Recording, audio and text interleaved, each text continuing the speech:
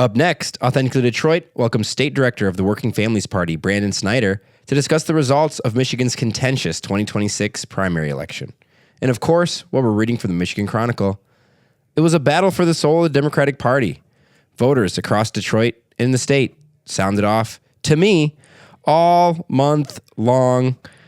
We're going to talk about what some folks told me. We're going to talk about how black voters shaped the discourse in Michigan's U.S. Senate primary. Keep it locked. Authentically Detroit starts after these messages. Join the Eastside Community Network for our senior send-off celebration at the Stoudemire on August 15th from 12 to 3 p.m. The Senior Send-Off is an open house honoring the high school graduates of the Eastside Youth Collective as they prepare for college, university, and military programs. Celebrate their achievements, offer words of encouragement, and help support their next chapter by bringing a gift from their recommended wish lists or dropping off donations to our youth development team. Visit ecn-detroit.org/youth for more information. Together, we can help send our graduates into their future with confidence and community support.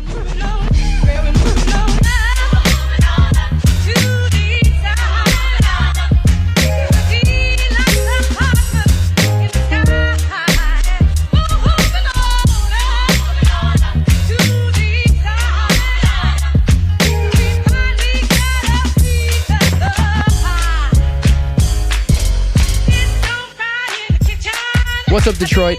Welcome to another episode of Authentically Detroit. We're broadcasting live from the Stoudemire inside the Eastside Community Network.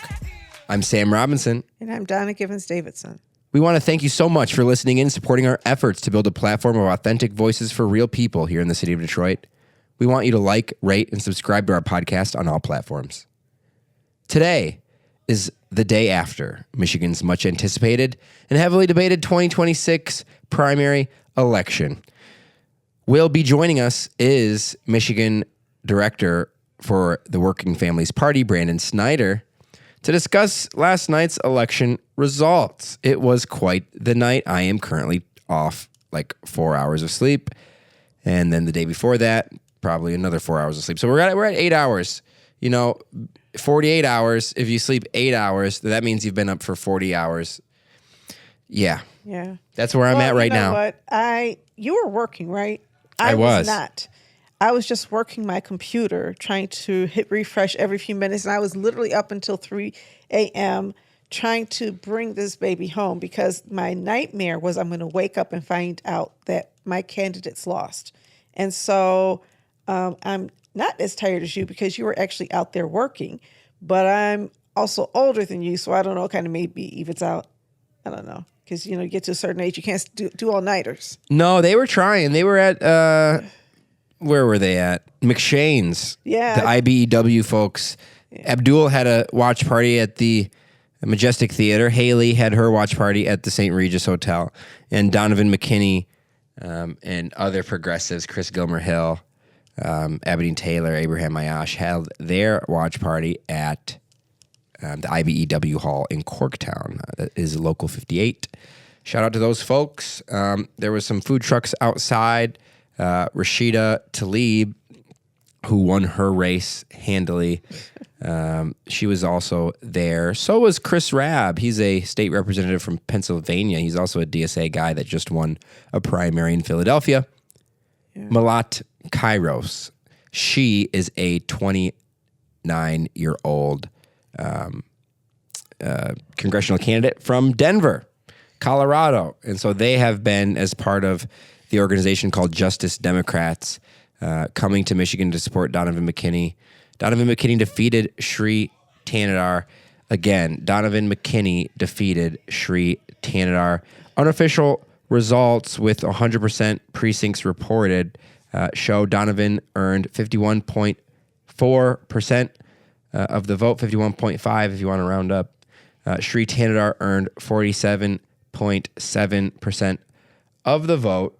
That's about a 4,000 vote total difference here. We can see Donovan led really throughout absentee. Sri actually won absentee. Yeah, he won. In the early Sri voting moved absentee. up ahead for a minute, and then Donovan took it back. I was watching the whole thing. Here's the significance for me. I've shared this. I'm just going to keep on saying it. Every one of those candidates that I was really had my eye on they were all millennials or Gen Zers. Not a single Gen X or boomer in the bunch. And that is the most significant transfer of power and authority to a new generation that I've seen in my, voting lifetime. And it makes me happy. Two of the candidates who won their primaries, John Conyers and Donovan McKinney, went to high school with my daughters. And so these are young men. I didn't know Donovan when he was young, but I did know John.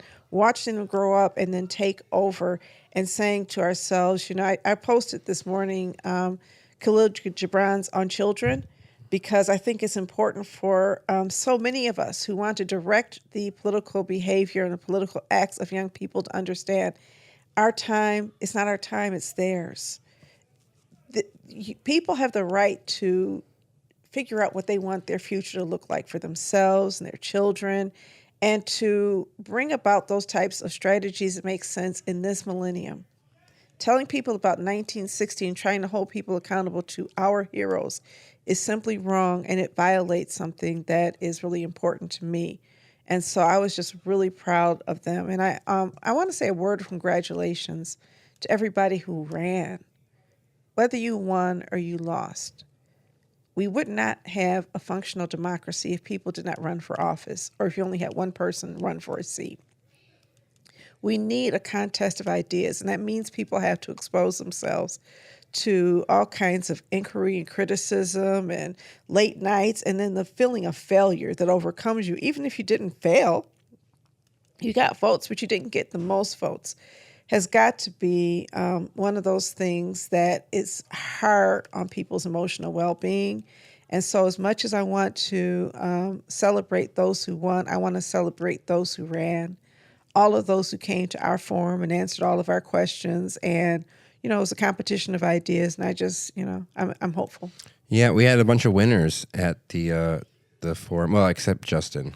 Justin Onwenu defeated A. Bayash, which was expected by a wide margin. I think it was like an almost 18-point spread. I'm looking at it now. The vote total was about 5,000 difference, 18,921 to 13,312. I just talked to Justin today. He was at the Abdul press conference at the Spirit Plaza. That was the first time we had heard from Abdul al-Sayed since last night in his not yet a victory speech. I think at the time that he spoke last night, they knew that they were going to win. But he did give a message of unity, and as did Justin Onwenu when I spoke to him today, of talking about how Democrats at this juncture, must come together. Ellie Savitt, being at Haley Stevens's watch party for a moment, also talked about unity. We've heard from all of the Haley Stevens supporters, Gretchen Whitmer, Debbie Stabenow, Gary Peters, who say that they're going to support Abdul al-Sayed, including Governor Whitmer. It's got to be a tough pill to swallow for her. Why? Well, they seem to not like each other very much. Abdul tells me that she talks to Whitmer all the time. Well, so he was surprised to see that she came out for. But if you're running for office, you cannot be so thin-skinned that you don't want to acknowledge people, even if they're not your people. I just want to believe, and maybe this is just me being naive, that a politician can, not like somebody personally and support them professionally, because that's, how it works. I want to big ups to Mallory McMorrow. I think that she really stood up and did a great job of standing, on the sidelines, not making the race about her. And she promised, I will go to the winner's victory party, and she did, even before it was fully announced. And I appreciated that in her. There's a lot of hurt feelings right now. And, if he had lost, my feelings would be hurt right now. We've got to turn our attention to the reason why you have elections. And that is everything that's likely to happen in 2027 unless somebody gets into office and fights against it. Mm-hmm. Think about that big BS bill that was passed and how many of the provisions were future dated to 2027 and beyond. They didn't want to do it prior to the midterms because they didn't want the passage of these laws to impact their electability. But we would be foolish to forget the reality of those threats. I think. So we're going to take a break now. Our guest has just joined us, and he is the man He's of also the probably hour. not sleeping at all. Listen, I just want to say I'm so excited to talk to this man, You look Branden like Snyder. 2004 Kanye with your polo Yes, shirt on with the well, stripes on it. And nothing. And he's got Yeezys on too. What are you doing, man? Yeah. This is your victory outfit. Yes. Yes. All right. Late registration. Have a seat.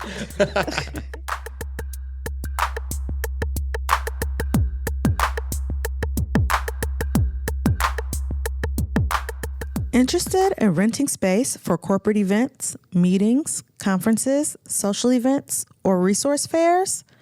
The Stoudemire Wellness Hub and Mac Market are available for rental by members, residents, businesses, and organizations. We offer rentals for activities such as corporate events, social events, meetings, conferences, art classes, fitness classes, and more. To learn more about our rentals and reserve space, visit ecn-detroit.org/space rental.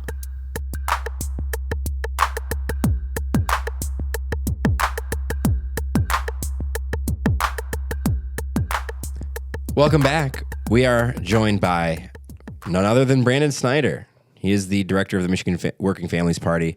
Branden, you had a long few months, as we all did.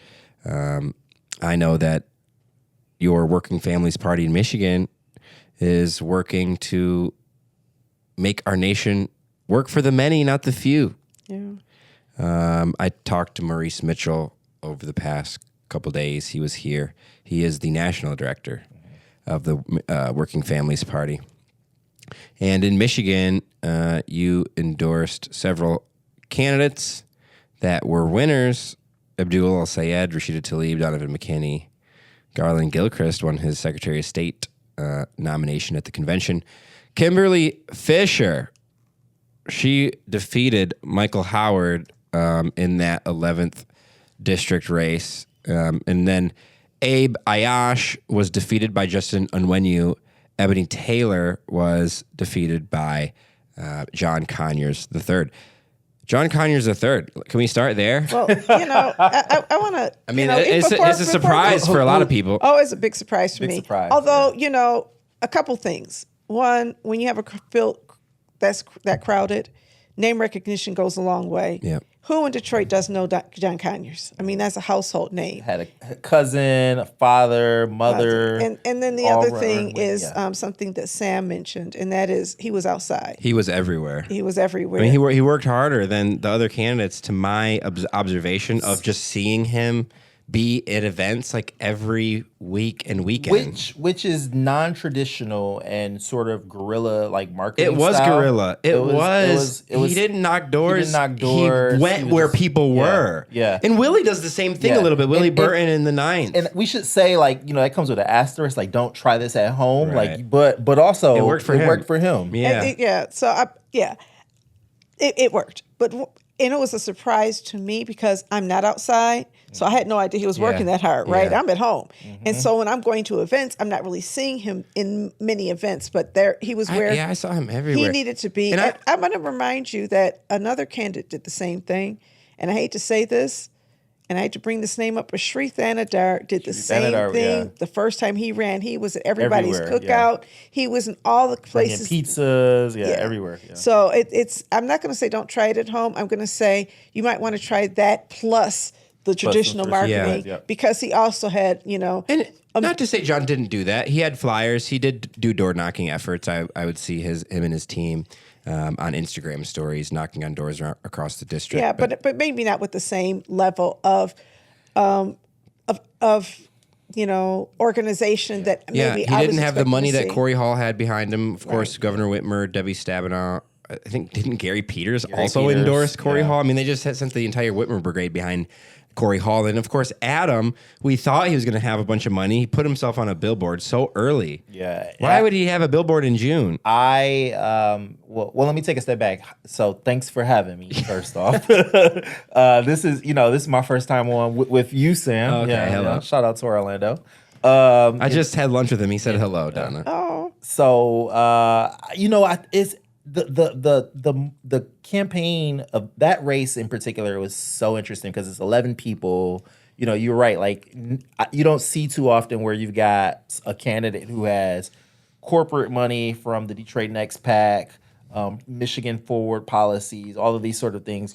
Backing behind Corey Hall, the Gary Peters, Gretchen Whitmer, et cetera. And then you have another candidate who has traditional union endorsements, Bernie Sanders, community organizations, and then you have this dark horse like John Conyers come in and swoop in and actually beat them by 2,000 vote or 1,900 votes, I should say. Yeah. So it's it is mind-boggling. It is a testament to his work ethic and engaging people with something different. But we also chalk it up to nostalgia? It is probably when your father's name is John Conyers, Yeah. and people think back to a wonderful time when we had 2 black Congress people in Detroit, and one of them was John Conyers. There is a certain level of nostalgia that surrounds that exact name that he has. And when you add to that, because a lot of the people supporting him were not people who were at cookouts. They were That's right. people at home, senior citizens who know the name. Yeah. And to a certain extent, we have the trust. I think he is a name they know. I think a lot of people really feel as though we're underrepresented by black politicians. And so he sort of hit those two things. And black men in particular, I think he brought that advantage. But I think there's also a difference. And I want to talk about your endorsement process because I observed certain things in those people you endorsed who won and those people you endorsed who did not win. And I wanted to get your take on that. So first of all, what was your endorsement process? Yeah. So for folks who are unfamiliar with the Working Families Party, it's a national community organization in states like New York, Rhode Island, Oregon, Connecticut, and Pennsylvania. It's actually a party line political organization. So it has a political, candidates can run as WFP candidates. In New York, there's a thing called fusion voting. So example of that is Zoran Mamdani, the mayor, received a million votes in the general election for the New York mayor's race last year. He received 150,000 WFP votes for himself, for him, and under the Working Families Party line. And so fusion voting is really just this idea of a candidate can appear multiple times on the ballot. So in places like the ones I mentioned, WFP is an actual third party working to build partiness. And in states like Michigan, where we don't have access to a ballot line, we're a community labor coalition working to win and pass progressive policies, working to elect progressive candidates, working to make sure that we have, the values of economic justice and multiracial democracy reflected in our policy and our politics. So for many of our, our work, our endorsements, what we do is we bring together community organizations, individual leaders like you, Donna, other individual leaders who may not have C4 entities or political entities, but want to be involved in politics. And we do a sort of like labor style process where we send out a questionnaire. It's on our issues. It's on the issues that people care about. We do a process around where people can, decide what the questionnaire reads, receive the questionnaires, send it out to candidates, read the questionnaire, look at like what people's responses were. And then the interesting part, different than maybe some labor unions, maybe different than some elected bodies, is that we do a process where we actually ask organizations and individual leaders to come in and vet the candidates. So these are, so if I'm Mary Jones and I'm a member of Detroit Action and I'm on the housing committee at Detroit Action, I'm coming in to hear John Conyers, and I'm going to vet all of the candidates in that race, but I'm also asking him housing questions. I'm asking him questions on behalf of Detroit Action. And then there are members of SEIU who are asking questions on behalf of SEIU. And then at the end of it, they're all voting to recommend their picks for this race. And then our community organizing partners are voting to confer it. So we work through a multi-step process where it's the coalition working to endorse on behalf of Working Families Party. And then this coalition is also working on behalf of each other, working together to elect these candidates through voter outreach, get out the vote work, et cetera. So you don't make candidates pay for your endorsements.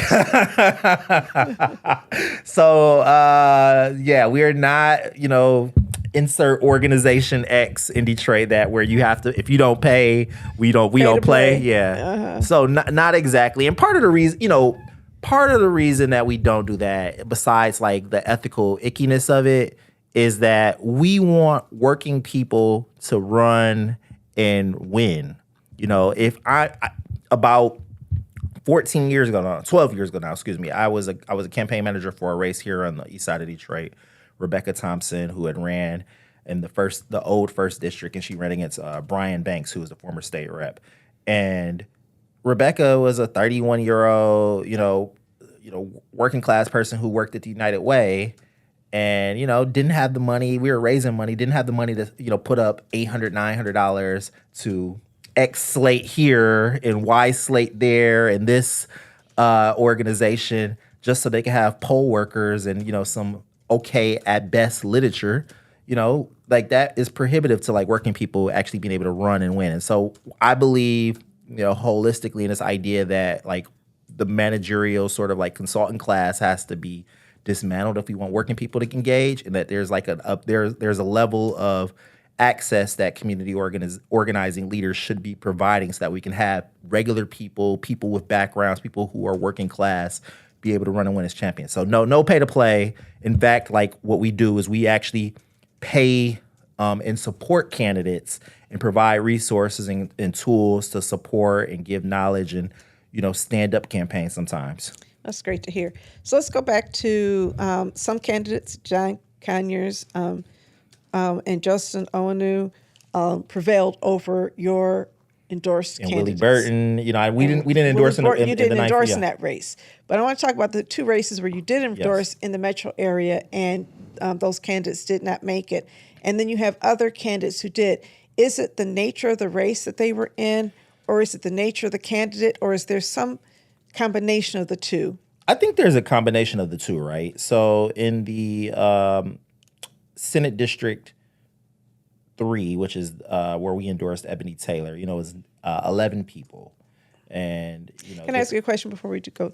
Were there 11 people when you endorsed? There were 11 people when we endorsed, and we sent out questionnaires to all 11. Okay. Not all 11 responded with questionnaires. We read the ones that were responsive. We interviewed the others, and then we made our recommendation. Okay. Yes. Where you say more people jumped in at the end is what you're saying. It just felt like the race just kept getting bigger and bigger. Yeah, and it's like, how did this happen? I know like Adam jumped in towards the end, after he left the Secretary of State race.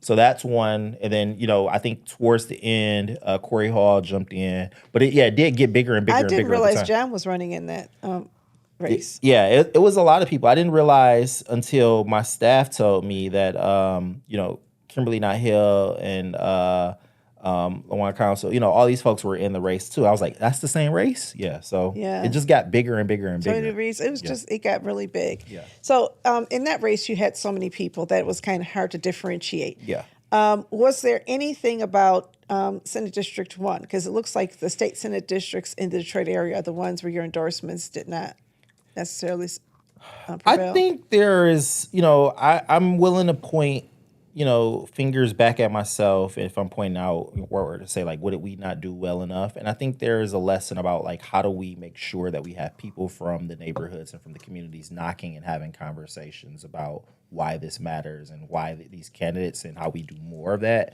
So I think that's one place where we can improve. I think the Owenu and Abraham Ayash race is, if I get really in my Steve Kornacki bag, I think, he did better Justin in the city of Detroit, and he did better in certain parts of Downriver, whereas Abe came on late and sort of picked up on. Why did Abe start his campaign months later than Justin? I think that's a question you got to ask him. I have no clue, and that's actually probably a detriment. Yeah. Yeah. So I think that's one of the things that you might want to say to candidates. You got to start early. Start early, because if you don't start early, and then there's ways to start early, right? Because your endorsement can only go so far. To what extent are candidates themselves responsible for helping to sell themselves? And to what extent do you help train them? Well, to the second half of your question, we do a candidate training program. So we call it our Michigan Campaign Camp. We did that this year in March. We had a number of candidates like Chris Gilmer Hill, who was there. He brought his entire campaign staff who was working with him. A lot of those were DSA members. Janelle Mansfield, who ran in Wayne County Commission District 5, who unfortunately didn't win. Lost by a few hundred votes, was in that. And then there were folks who will be running in the fall, like Katrina Mineta, and her folks were there as well. So we do that as an opportunity to give people hard skills, and some of the soft skills around, like, how do you tell your story? What does it mean to be able to think about fundraising and, telling and talking to donors? But I think it all is incumbent on the candidate. At the end of the day, you are the person who the buck stops at, and you have to be, as y'all mentioned, starting and having conversations early. You have to be the person who is building the team around you. You have to be the person who is engaging the volunteers and the donors. And, there are no days off, especially as we think about, this moment in time where, there's social media and there's, the ability to raise money online, and unlimited donations that come in from dark money sources, that you actually have to be, moving in a expeditious way if you want to win. So I think that's one of the detriments. The other is, Justin had a ton of, dark money sources that engaged early and were aggressive. And I mean aggressive in like the sort of like proactive, urgent way, where they, were mailing. They had Hulu and streaming ads, billboards, and it allowed him to, tell his story. And there was, what the point of, independent programs do is, be able to buoy that. And so, it was a lot of support that he had that actually, I think, our organization and others tried to do to counteract that with IOSH, but just, weren't able to be as effective. There was a level of Islamophobia in this election. In this entire election. And it seemed like the Islamophobia showed up like this. This person didn't support, this person was in the uncommitted movement. Yeah. This person didn't support Kamala Harris, therefore I'm not going to support them. And I mean, people had moving targets. So one person, I said, well, Abdul did endorse Kamala Harris as soon. Well, no, the damage was already done because he was part of uncommitted. And I was like, but that was Biden. But, there's people who it felt like there was retribution that was specifically tied to Arab American, like Arab Sam people. covered it in that one piece. Yeah. There's something also to be said about, and Joe Tate said this last year at Helena Scott's event at Fixin's, or excuse me, not Helena, Haley Stevens' event at Fixin's. They had an event at Fixin's in like December of 25. You're surprised by this? Yes. And Joe told me that the reason he's supporting Haley is because he's got to be a part of a team. I feel like a lot of black elders feel like you cannot go off the team Democrats. Yeah. And uncommitted was a slap in the face of the Democratic Party. Yes. And so I do see, I don't think I don't think it was that's the same I don't think that's reason. it though. I recognize the difference between abandoned Biden that was asking people not to vote for Kamala Harris versus Abbas and Lexi Zayden that were asking people to vote against Trump. But you can't separate people's, especially black women's, feelings about Kamala Harris winning from the uncommitted movement. You just can't, because this is bigger than a team thing. This is a feeling of betrayal by other people of color that you would not support a black woman, and a belief that this is why she lost is because people would not support a black woman, and black women are there for everybody. But when it was her turn, nobody was there for her. And that emotional pain is such that it's very easy to tap into that as a candidate. And it's only leveraged against Arab people. No black candidate had to answer for being part, because uncommitted was not just Arab people. Yeah, there was no way in there the were world. plenty of black people and white people who were a part of uncommitted, but the people who got called to task were Arab Americans in this race. And there's no Arab American Muslim monolith. And that's why when you see Abandon Harris talk about how bad, no, it doesn't matter, Kamala, is killer Kamala, same as Genocide Joe. that was not the uncommitted movement that started from Abbas Alaway and Lexi Zayden and which, you and know, Adam Abasala. and what's really unfortunate is that the uncommitted movement was designed to be a positive, progressive counterweight to the abandoned Biden movement, which you know a lot of folks were, those were conservatives. Yeah, those were conservatives. They were not progressive. They were not liberal progressives. leftists. These were folks who had been getting turned up, to basically, cause fear and hijack it. And the uncommitted movement was a counterweight. One of the things that you talk to Abbas, you talk to Lexi, you talk to Layla Elabad, and they'll say is like, look, we were begging and pleading with the Harris administration to, hey, just come meet with us and make some agreements around like what you'll do, if elected, and we'll get out the vote for you. And the Harris administration was like, not really. I wrote an editorial about, coming together in 2025. And so many of my friends came to me and they said, I'm not ready. I'm not coming together with other people. I don't know what I'm going to do to get ready. You have to understand what it was like to be a black woman in America and watch not just her lose, but the attacks on her, the double standards. And you're watching this, is like, what am I looking at? People were demanding things of her they weren't demanding of any other candidate. And so it was almost triggering everything about being a black woman in America, right? It becomes, this is what it's like, right? People hold us up, they use our labor, they use our ideas, and they throw us away. And so that feeling animates anti-Muslim sentiment right now, anti-Arab sentiment right now. And I think it's unfair. I think it's stereotypical. I think we should treat people as though they're individuals. And I found myself feeling very isolated because I'm angry at people for doing that. I'm like, what are we doing here? And there's also been this mythology. And, as long as I was alive, the Black-Jewish, relationship is special, and that's the way it's been described to us. And there are all these examples of where it's not special, but that it's treated like special. There's a reporter, I don't know his name, I can't remember his name, I think it might be Keith Owens, who was in Miami when Mandela came to visit America. And he reported on it. And he got attacked by Jewish people because Mandela was seen hugging Yasser Arafat. And how dare you side with these Palestinians? Well, guess what? Palestine was siding with South African black folks during apartheid.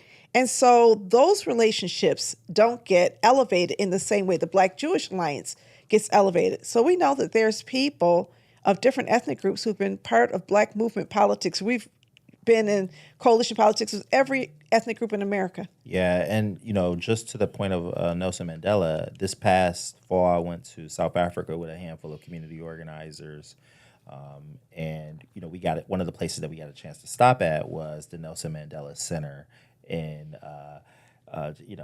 Durban, South Africa. Home of the largest population of Indian South Africans. And on the front of the center is a Free Palestine sign. And so it's just, a reminder that, the linkages between our communities, go back, they're strong, they're deep, and they're often washed over because of, other people's, agendas. And I think the thing that I would just add to the point you're making is that, here in Detroit, and as well as probably a lot of other places in the country, our history of segregation, our history of like racism, of being like, of white supremacy, you name it, shades our experiences and our political experiences. And, the work that we have to do isn't like, okay, come together and get over it already. That's, you can't make anybody get over it like immediately. But we have to do the work of like meeting each other where we are. We do. But look, a lot of people are mad at Asians for overturning affirmative action. What about Bakke? William Bakke fought affirmative action in 1978, okay? And the Anti-Defamation League, the American Jewish Committee, and the American Jewish Congress supported him. They said that rigid numerical quotas or set-asides were a form of reverse discrimination.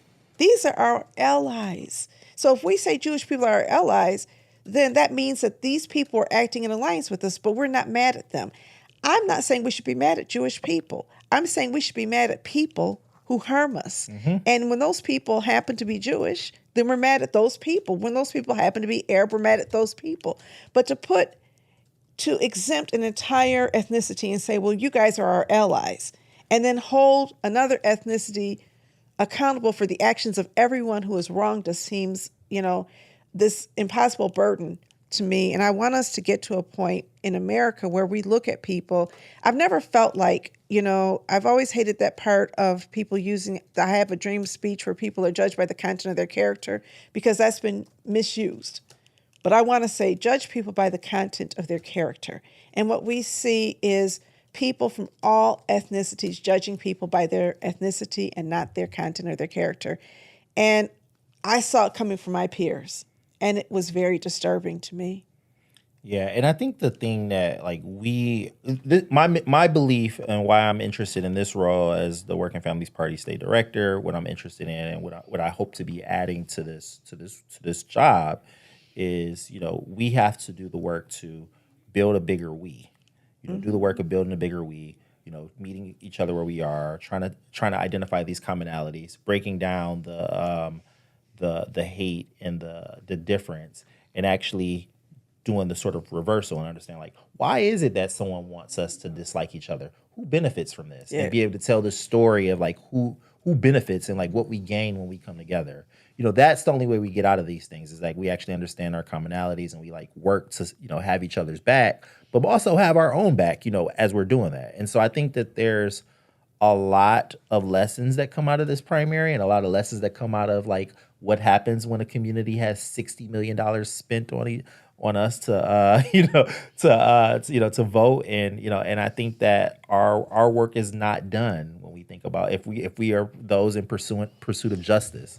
This is a moment. This Wednesday is a brief knee, taking a knee and taking a break. And we got you out of bed to come to got this me out of with bed us. for a second. I was literally that. thinking about trying to get ice cream at Cold Truth that's about to go out of business and close. But I was like, okay.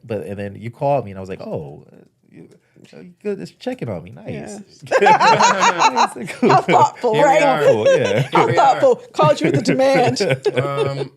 Question for you is, what about all the people that are not going to be in the legislature anymore? What is Detroit's legislative caucus, I guess, delegation, whatever they call themselves now? What is that going to look like, right? We're losing Joe, Stephanie, Sylvia, and another person that I'm forgetting right now. Donovan. Donovan. Yeah, you lose. There's a number of folks who are termed out or moving on to different pastures. Right. It's interesting, right? Because this is a place where depending on what happens in the fall, either the Democrats will have the majority or they'll be in a minority for another 2 years.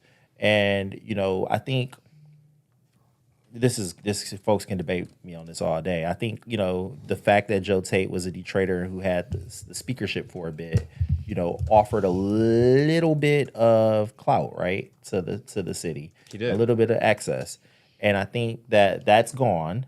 That there's a lot of work that people have to do to jostle. He really felt like the adult in the room, right? Yeah. There was a moment where it was okay, you can actually let me go talk to the governor. Let me go do something. I have some leverage. Right. And I think that's gone.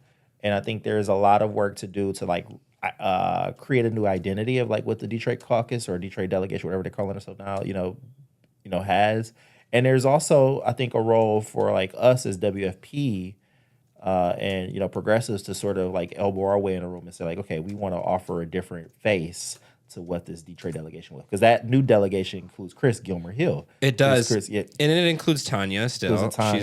She was reelected and is still there. And so does Tanya sort of become the de facto adult in the room? I mean, speaking for her, man, I would hope so, because she offers so much, grace and presence, and as a leader and somebody who has the policy chops. I think it just requires community organizations and folks to get behind her and sort of make the case and continue to make the push. Okay. Yeah. So what should we expect different out of politics in Lansing should all of these people be elected? What's going to be different in Lansing? Well, one, I think the thing that we expect and we hope for is that the face and the representation of our communities, differs. That it's more of our people. It's more people who have, life stories, people who have life experiences. It's not the old pale, stale, and male, brigade. It's more folks who who are black, who are brown, who are different faiths, right? So that's one place that we want to, who are queer, folks who have different life experiences and different communities that they're bringing to the table. Joanna Whaley, who won, in Downriver, first trans person to be elected to the state legislature here in Michigan. So a lot of different experiences that we're bringing to the table now. The second thing I think is that we want to really try to expect is there is going to be a lot more accountability on our corporate entities and our utility monopoly. There are a lot of folks who are going to be bringing with them this message of economic populism to the table that what weren't there before, and I think that's a good thing because narratives don't just happen in a vacuum. 8 years ago, 10 years ago, the conversation around DTE accountability wasn't necessarily the political forefront. It wasn't necessarily seen as the conversation to have if you want to win. Do you go after DTE? Now it's almost seen as a given. Which side of the aisle are you on? What side of the fence are you on? Do you support DTE running unchecked and being able to expand data centers, or do you want to hold them accountable? And so you'll see a lot more of that in the legislature. And then finally, I think the other thing that you'll see is people wanting to take more chances, wanting to take more risk in terms of how they run for office and who they represent. I think Chris's campaign, Chris Gilmer Hill's campaign, is an example of that and what it could look like if you run and be authentically you. This is a question that I have though for you and Chris Gilmer Hill and Denzel. Is it happening because of their opponent is so lackluster? It's both and. Okay. Yeah, I think it's both and. Good candidates to capitalize on weak opponents. Yeah. I think one of my thoughts, and this has always been true of Donovan, I always thought Donovan ran with a really clear message.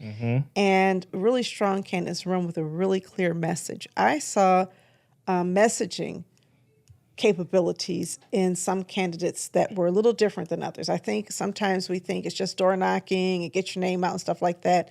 But that narrative and messaging skill set is something that I think helps people rise over the top, especially when you are not as well known, making yourself more of a household name. No, that's true. And we as humans learn through stories. We communicate through stories. We connect via stories, and being able to tell a story, a narrative, is what bonds people together and makes people feel like they're a part of something bigger. One of John's skill, John. John, and I know we were joking before, but we shouldn't take that away from him. He is actually a really good communicator. I remember 4 years ago at the ECN candidate forum that we did for the 13th. Yes. And with he actually gave a ton of really good answers. Ton of really good, had a really good performance. So I think people would be surprised to talk to him and hear some of his values. They are more progressive than to the center. He's criticized Governor Whitmer for standing with Sam Altman. He's criticized the Israeli government. He is. I would put him in the progressive tent. He wasn't part of the team, I suppose you could say, on the progressive side. Yeah, he threads a needle. He threads a needle, and the hope and prayer. And he and I communicated today, and we're going to meet. I hope prayer is that we can sit down with all these candidates, because getting people elected is the first thing, right? The next thing is helping them govern. And I know that you have this co-governance philosophy that I really love. Can you talk about that? Yeah. So it's sort of this idea or this word of co-governance is sort of trendy right now in a lot of spaces. But at the end of the day, it boils down to candidates and elected officials who will govern with people. Do you see our communities? Do you see our organizations? Do you see our constituencies as thought partners and decision makers alongside of you, or do you see us as just the folks who come to you, when you want to get elected, or that you come to when you want to get elected? And so a lot of the co-governance work that we believe in at the Working Families Party, and this is something that we did at Detroit Action when I was executive director, is really about like, how do we make sure that, regular everyday people who, maybe they have a legal degree, maybe they have, advanced degrees or not, what it may be more so on the not side, how are they the people who are helping determine and shape what policy looks like? Right. I mean, one of the things I wrote about in my Black Detroit Democracy Handbook is that it's the idea that we think that we elect the right people to government and then we go about our daily lives and we just hope they do the right thing. When we go home and we're done with the politicking until the next 2 years, the next 4 years, lobbyists show up. That's right. And other people show up to try to fill in whatever blanks we've left unanswered. And so if you're not there helping to make sure that the person elected is still attuned to your perspective and your policy. Good people can make mistakes. You know how they do it. I mean, people who sell bad policy don't say, hey, I have some bad policy I want to sell you. I want to help you get over on your community. They say, hey, listen, I figured out a way to fix schools. Sign on to this school reform bill, because if we privatize this one thing, it's going to make children smarter, and all children deserve the same thing. Now, if you're hearing from that person and not somebody who has some educational expertise, it's easier to be swayed than if you're actually hearing to and connected to. And the other thing is that when you have a constituency that is going to hold you accountable, then when those things come up, we will bring the experts to you. Yeah. But I think that the challenge for us, and one of the reasons why we feel so powerless, is because, we really are. But that's something that we've allowed to happen, right? Yeah, and, another way to think about it is, Rashida Tlaib has this tagline of being rooted in the community. And, like, when we think about co-governance is exactly that. It's like, where are you getting your information from at the end of the day? Who do you see, whose information do you see as valuable? So, are you a candidate that, feels that... Yeah, you guys provide an infrastructure for co-governance at the Working Families Party. That's right.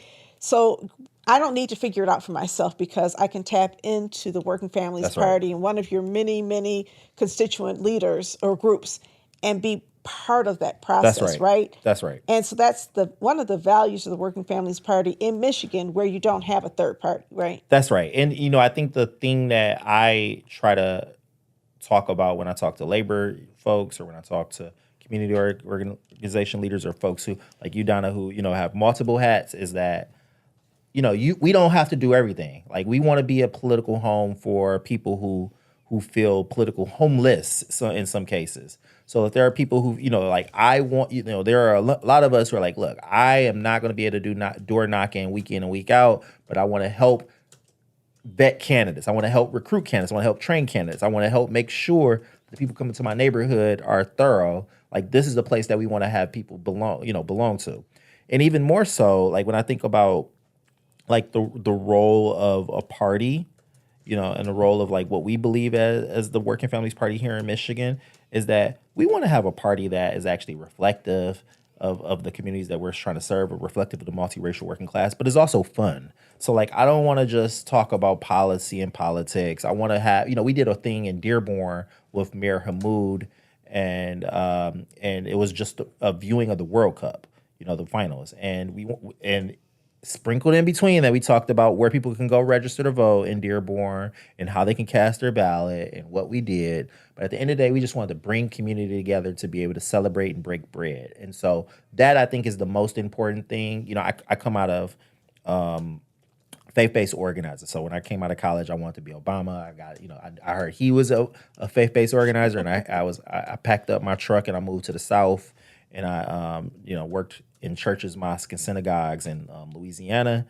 And, the thing about organizing, the thing about politics is that it's, at the end of the day, we're trying to build a space where we can do debate, negotiation, and compromise.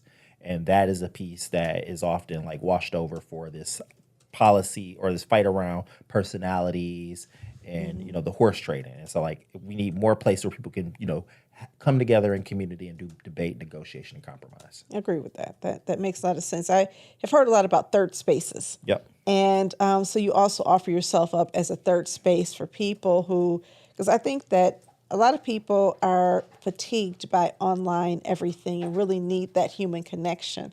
Does it also help address this whole need for human belonging and sharing as a way of helping to, heal whatever is going on in our communities?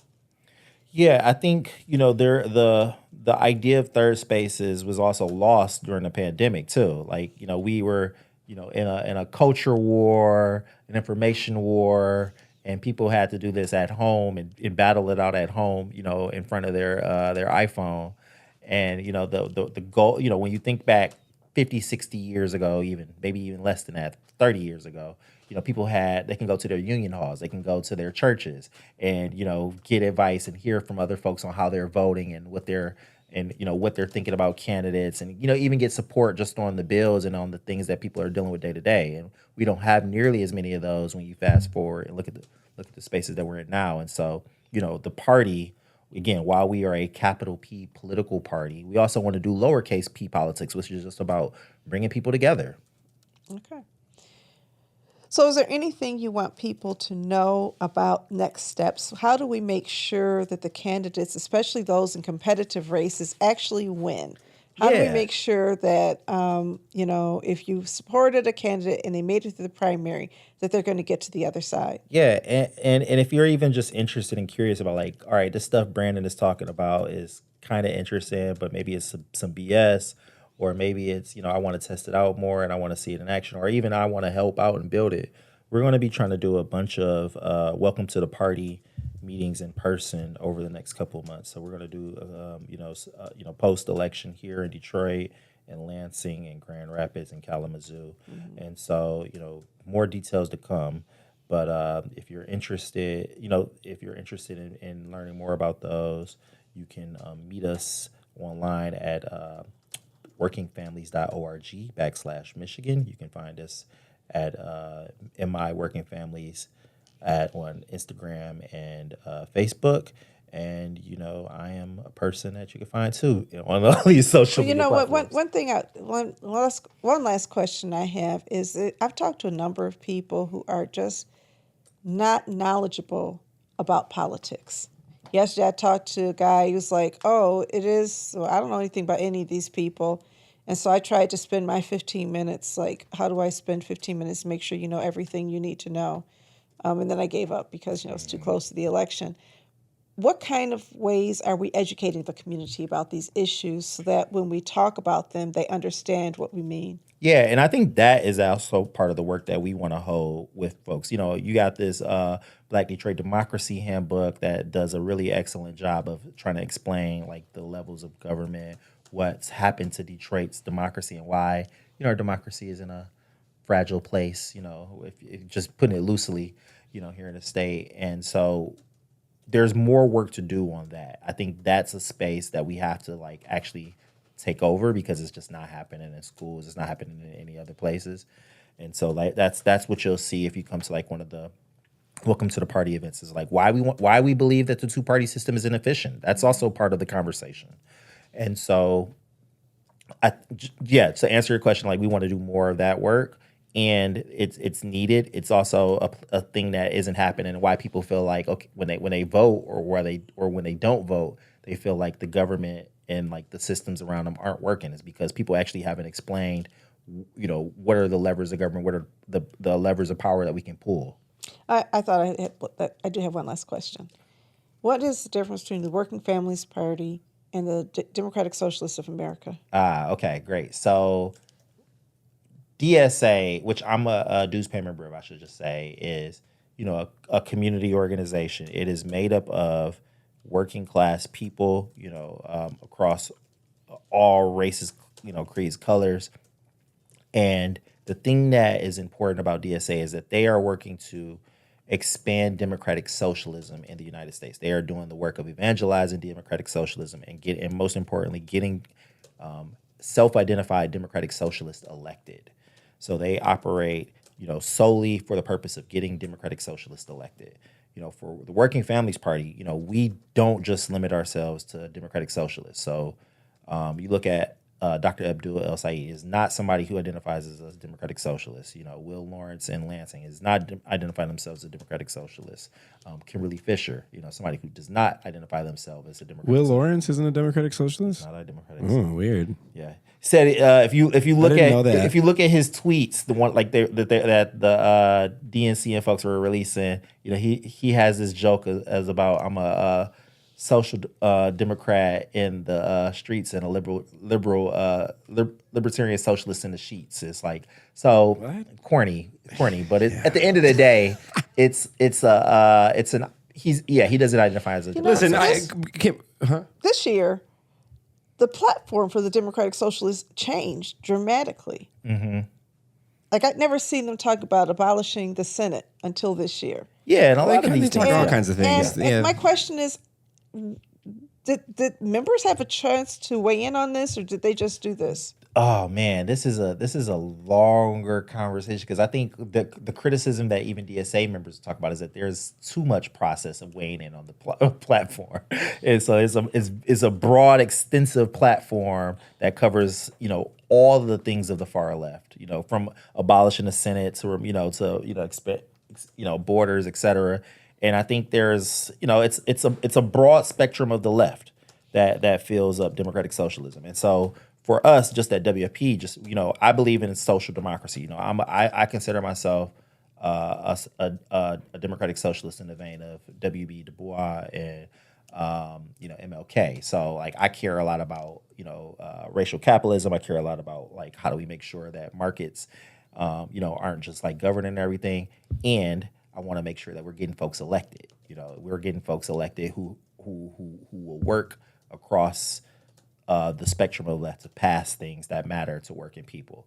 And I think that's the key difference is we are trying to elect folks who aren't just titled and identified as democratic socialists, and they are, solely for the purposes of engaging folks, who are democratic socialists. Okay. Back to Kimberly Fisher. I spoke to her last night. She won her race against Michael Howard. Michael Howard has posts on social media that do not reflect democratic values. He argued against that with me, and I had talked to him, and he said that, I wouldn't be the only pro-life member of the legislature. I said, I think you would. You probably would. I think you would. Probably would. Maybe 15 years ago now. But Kimberly won. I'll put you on the spot right here. We're live. We're on the air. She accepted the Detroit Next money, according to Craig Mager and the Campaign Finance Network. So, does she get kicked out of Working Families Party? How are you guys navigating that? All right, so I'm going to give you a real technical answer. So she does not accept because it was spent on her. It's spent on her. So isn't that a pretty good couldn't candidates just say that? Couldn't Justin say that? That is what he says. Right. Yeah.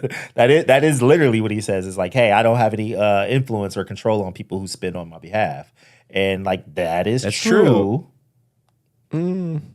And, I think that there, she made a post shortly, maybe a couple weeks ago, and she talked about hey, I'm not accepting DTE money. I want to run as this. This is what I believe in. Mm-hmm. And I think for Justin and as well as Kimberly, time will tell. That's also reflective in your in how you in how you govern. Just for people that don't know, Detroit Next, I think when I talk to folks that are being supported by that organization, they tell me, well, Detroit Next is trying to support the next generation of black leaders in Detroit.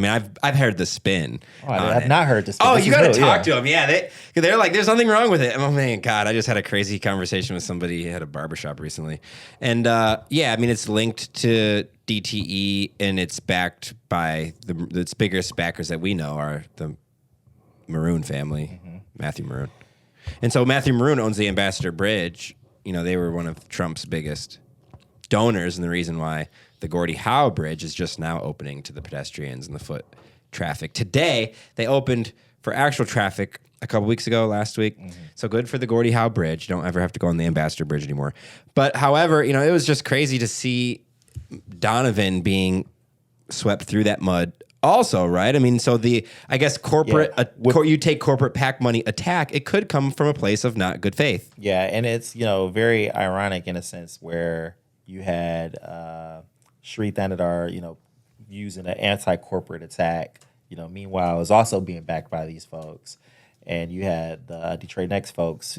Meanwhile, running anti-corporate attacks against Abayash. So I think that says a lot about the Overton window and how it's moved and what's what is in the realm of political possibility. And like with the fact that people want, you know, there's I don't think this is as relevant to like the Detroit conversation, but when you think about like national politics, everybody's old. You know, everybody's a lot of folks are in their like late 70s and 80s. That's what made me so excited about this race and the victories last night. Many of those victories are millennials and Gen Zers. You're not seeing too many baby boomers in the ranks, and certainly Gen Zers are, you know, Gen Xers are also kind of fading away. I really look at this as a generational shift. Yeah. And I think there's a lot to that point. Like when you think about the political leadership of what could have been for Gen X and baby boomers, you know, a lot of that was choked away by like the greatest generation folks, the World War II folks who held, you know, a lot of them held. Some of us, but there's never been anything like this. Like when I was younger, the problem was not that we had 80-year-olds occupying all of these seats, right? There's a whole lot of other things. And that's a whole nother conversation. I love talking to you. That's a whole nother conversation. But there's something about the baby boomers that's always been a little bit narcissistic. This idea that we're the greatest generation and everything revolves around us and we have all the answers. We are still trying to tell young black people how to fight for civil rights we won it in the 1960s. And it's like, dude, it was never won. We made some progress. I'll never try to take that away. I'll never try to diminish it, but don't try to diminish young people in 2026 from not using 1960s tactics in a world where we didn't even know we were dealing with so many of these things. I mean, it's just nonsensical to me. So it's this cultural narcissism that has to go away, where we think we have all the answers and we just give up the baton and we let the young people take it from us. And you're not even, I don't want to insult you, but you're not even really that young anymore. I'm it's not just that anymore, for a person who is a boomer in office, you're a kid. Yes. And that's a refusal to retire and get old. And this decision, I'm going to hang on to my youth forever, is wrong. Yeah, no, that's fair. And I think when I say, you know, the political leadership of like Gen Xers, you know, is choked out by a lot of the greatest generation folks, you know, some of that is true, right? You think about, you know, some of the people who the elders in our CBC, right? I don't want to sound like Will Lawrence. I'm trying to be real, or his, you know, like. Can I speak to that though? Yeah. Like we sound like, I know people that speak so crazy about these people that are just like our peers and people that we know, people that listening to this show are like speaking crazy. People are going to hear. People are going to say this, like that's not that bad. Mouth after he said, "Well, I'm not black, so I can't speak about this." That's right. Should have been period at that. That's point. right. However, this is a sentiment widely shared by a majority of young people, black young people. And I would this is the point I'm making to the gen. The old people are so out of touch that it's just like, y'all are hurting our people. Yeah. And I even think this is where I believe a lot of Gen Xers believe this as well. It's like, yo, you know, again, you know, think about the CBC, right? And there were so many folks who were in their late 60s, 70s and running, you know, John Geyer's here, you know, ran for years. And like, this is not to disparage him, but like there was so many leaders who were in their 40s, who were in their 50s, who tried to run for these offices and were not able to get them. And like the idea of like being able to create new opportunities for leadership is important. It is powerful. It is the lifeblood of our movement. And I think that is a place where a lot of the resentment comes from, is that people see this as like, okay, these older folks are out of touch. Well, I see it, and I'm one of the older folks, so I have to be honest. I see it. I think you a new welcome person into that crowd, I guess. Like you. Well, I mean, listen, because when I was your age and younger, I was on the outside fighting some of these same systems. You know, one of the things that happened is that you had these people fighting from the outside. Nobody expected to get jobs working in these places. You know, prior to my generation, we're the first generation that actually assimilated into corporate America, assimilated into so many spaces. And you're just happy to be here. And you're afraid you're going to be displaced. There's not this feeling of confidence and comfort. And so you're at Congress and you want things to happen, but you don't really think you have the power to shake the tree. You got elected to Congress. You're not shaking trees. And look at what happened to, some of those folks. Charles Diggs, for example, was one who tried to shake some trees, or Adam Clayton Powell tried to shake some trees. And they were uniquely, unlike all of the other congressmen, corrupt, and they got expelled and, convicted. And so there's a certain level of respectability, assimilation. We've got to assimilate if we want to have power. Those assimilation beliefs are being wholly rejected because what your generation saw is we assimilated and we still had Trayvon Martin. We assimilated and we still had these things happen to us. And there's this broken promise that if we do all of these things, life is going to open up differently to us. And it didn't. And so I remember going to college in 1981 and feeling like I was born 10 years too late because we're the activists. I was like, who are these people? There's like Reagan, you're a black, the Buppies and all of that kind of stuff. It was offensive to me. And so for somebody who sat on the outside watching the way that people have gotten into systems and gotten embedded in those systems, almost as if I'm in this system high enough, then I can take care of you. But what we have created is classes of elitism that have insulated the elites from the needs and problems of the low-income people. And now you have, instead of racism being that present danger that many Detroiters face, they're dealing with elitism, which is racism all dressed up in blackface, right? This is like Brandy, the millennial manager, her argument around like the DPS, it's like, folks don't, her point was like, we have to demand accountability, for the school system. And, ultimately she did say we can vote and should vote for more school funding. But there was just this point around like all schools aren't receiving the same sort of access and equity. Really holding ourselves accountable, holding our leaders accountable. You're in this position, you're accountable. And so I'm not an apologist for people who hoard power, because most people who are boomers and most people who are Gen Xers did not have that power. That power accrued to a clique. And that clique held onto that power like an iron fist. If you want to get in this clique, you've got to pay dues. If you want to get in this clique, you got to go to this fish dinner and you've got to hang out and you got to know all the right people and kiss these people and you got to act like you like people you don't like. That ended up harming so many people in our community, I think, because power became detached. Lanny Guinier wrote about that in The Miner's Canary. And I just think we need to bring forth this understanding that all people can be corrupt and corrupted, and power that is not checked becomes power that is abused. And in our community, it's been abused. I'm going to say it.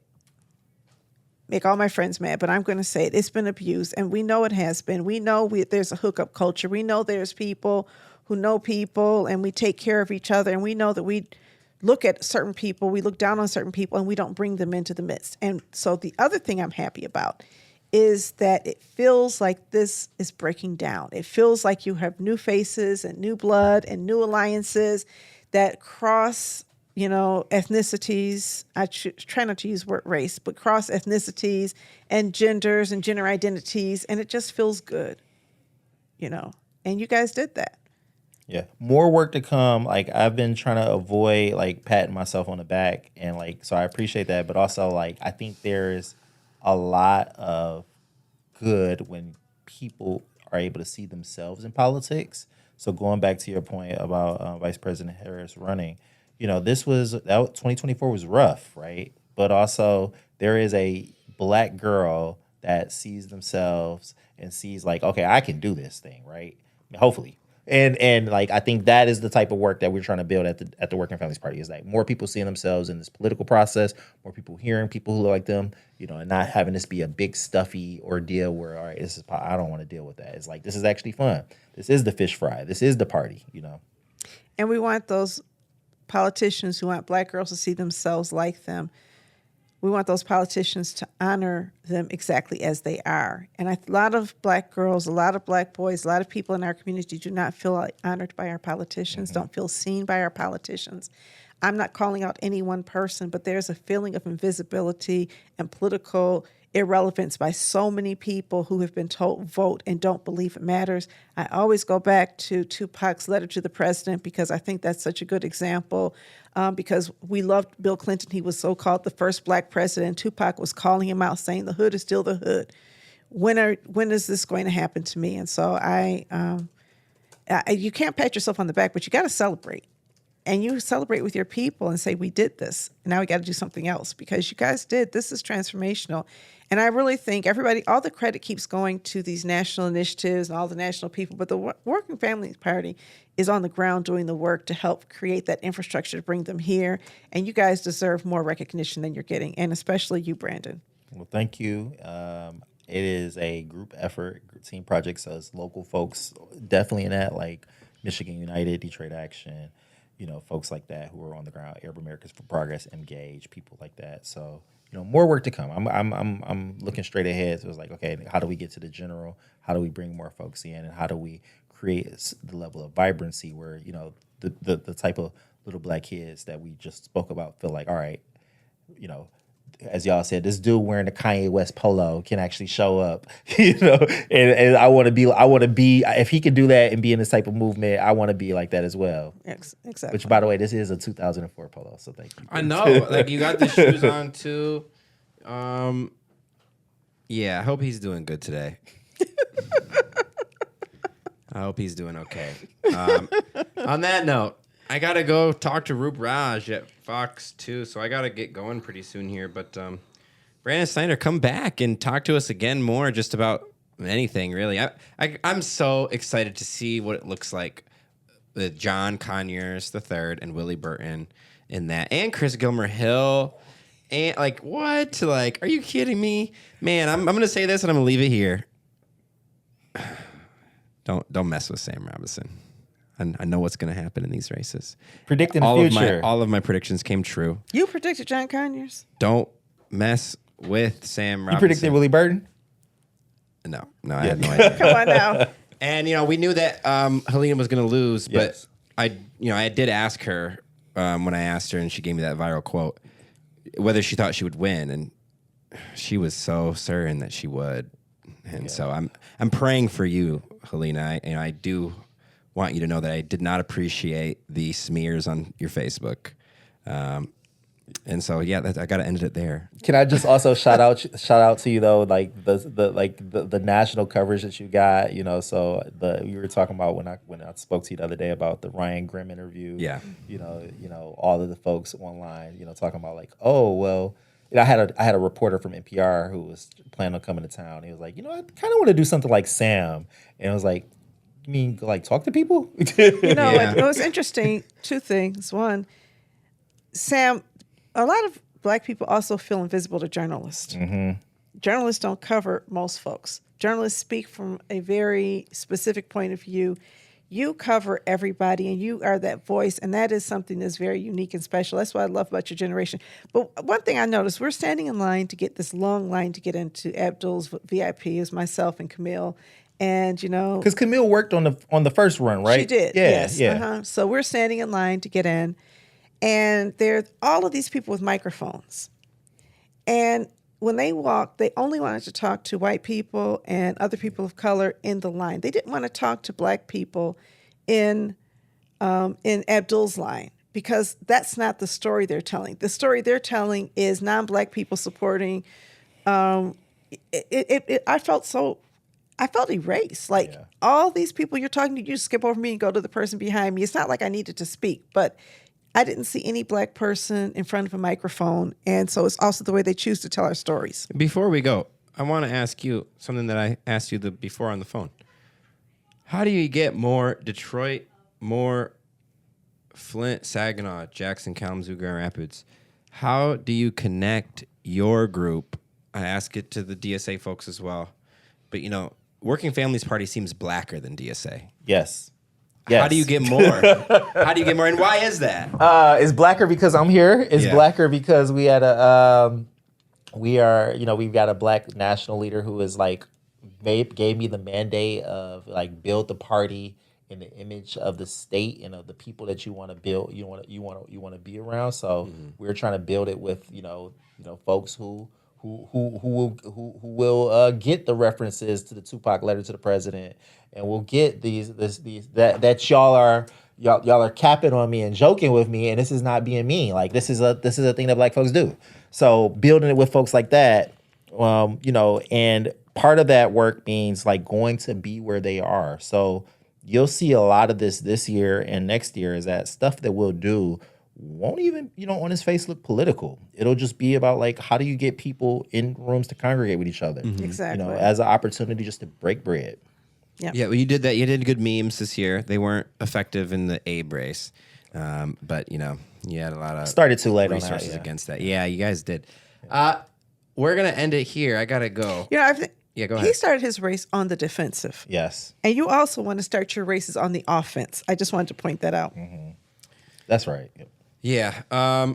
Well, congratulations to all the candidates. As Donna said before you walked in, it's it says something just to put your name on the ballot and run. And so congratulations to all candidates.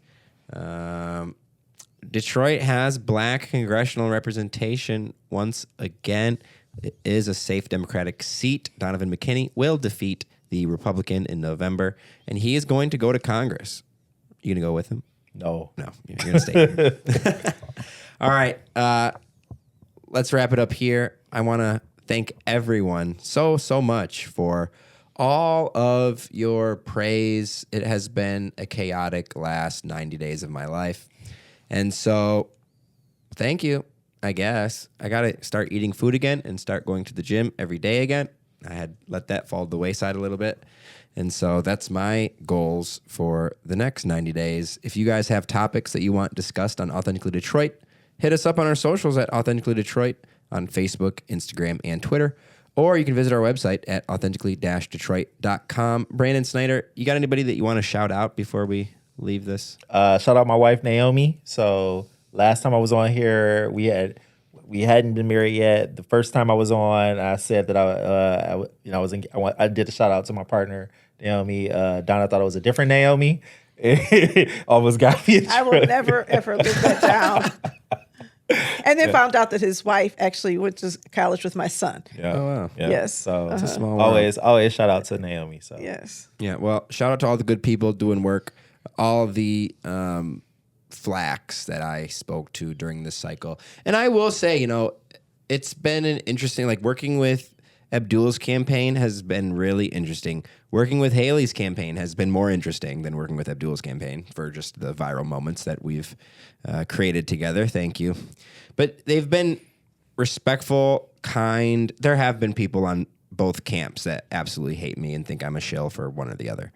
That'll happen, I suppose. And I mean, even Abdul sometimes will just he hates my questions and will roll his eyes. And I'll say, I don't care, buddy. Haley, she kind of just took it after a while. And so shout out to Haley's comms folks, Joetta, shout out to Roxy and the Abdul. Roxy is becoming a celebrity overnight. Ann Arbor's finest comms professional. I want to thank everybody for the support through this time. As I mentioned before, it has been a chaos. I've been thinking about a million other things other than Haley and Abdul. And so sort of focusing in on this to the degree that I did, which was every single day going outside of my house and just putting myself in a situation to perhaps interview somebody or talk to somebody. When I'm at the grocery store, hey, person, I know we're at a grocery store right now, but I'm a reporter and your opinion is valuable right now. All of you, right? You guys all had opinions you shared with me. You shared them in Keith Williams's Facebook comments. Thank you so much. I really do appreciate it. So shout out to everyone. All right. And I'll just shout the two of you out. I already kind of shouted you out and told you why. You have made politics, I think you guys are both in your own way helping to reshape politics in our community. You by making things visible and by making people feel seen. You by really providing the kind of leadership where you're not front and center, but you bring people together, and that's a special kind of leadership. I'm just so excited to see young people and as modeled in the two of you. Thank you. I appreciate it. Yeah, I appreciate that. Thank you, Donna. Guys, we will hear from you next week. This has been an Authentically Detroit post-election results recap. Thank you guys so much. See you next time.